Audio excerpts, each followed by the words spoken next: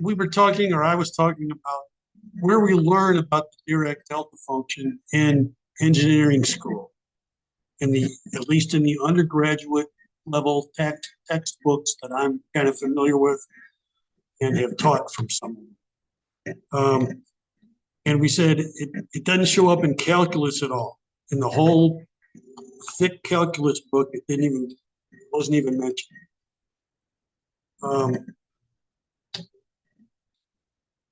In advanced engineering math books, here was one of them.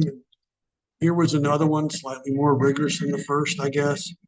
It's pretty shallow coverage that I talked about in the previous video. Kind of amounts to this. It's defined as the limit of a function that integrates to 1. It's 0 everywhere except at the impulse, which often starts out being defined to happen at time equals 0. At the impulse, it's either called infinity or it's just called undefined. And one of the bigger properties they might mention is the sifting property. I'll talk more about that. So here's the big properties, and that's about where they start and stop. They don't even derive. None of this is derived in those levels of textbooks. So now, what about the signals and systems textbook? It's pretty much the same thing. It's a limit of a function. It has those properties. 0 everywhere except at the impulse, and it integrates to 1. But at least it mentions distribution theory, this idea of a generalized function. It devotes about 1 page to it. Kind of like, oh, here, by the way. So of all those sort of undergraduate level textbooks, even called advanced, it defined as the limit of a function that integrates to 1. It's 0 everywhere except at the impulse. Things I already said, it has this so-called sifting property.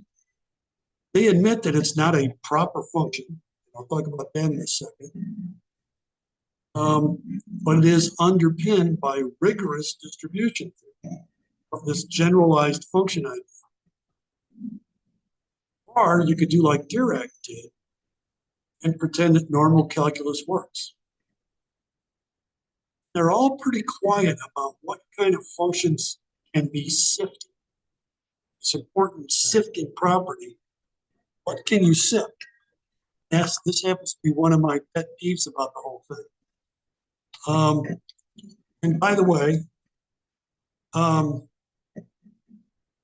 Dirac came up with the idea. He was a Nobel Prize winning physicist. And it took about 20 years before someone else came up with distribution theory.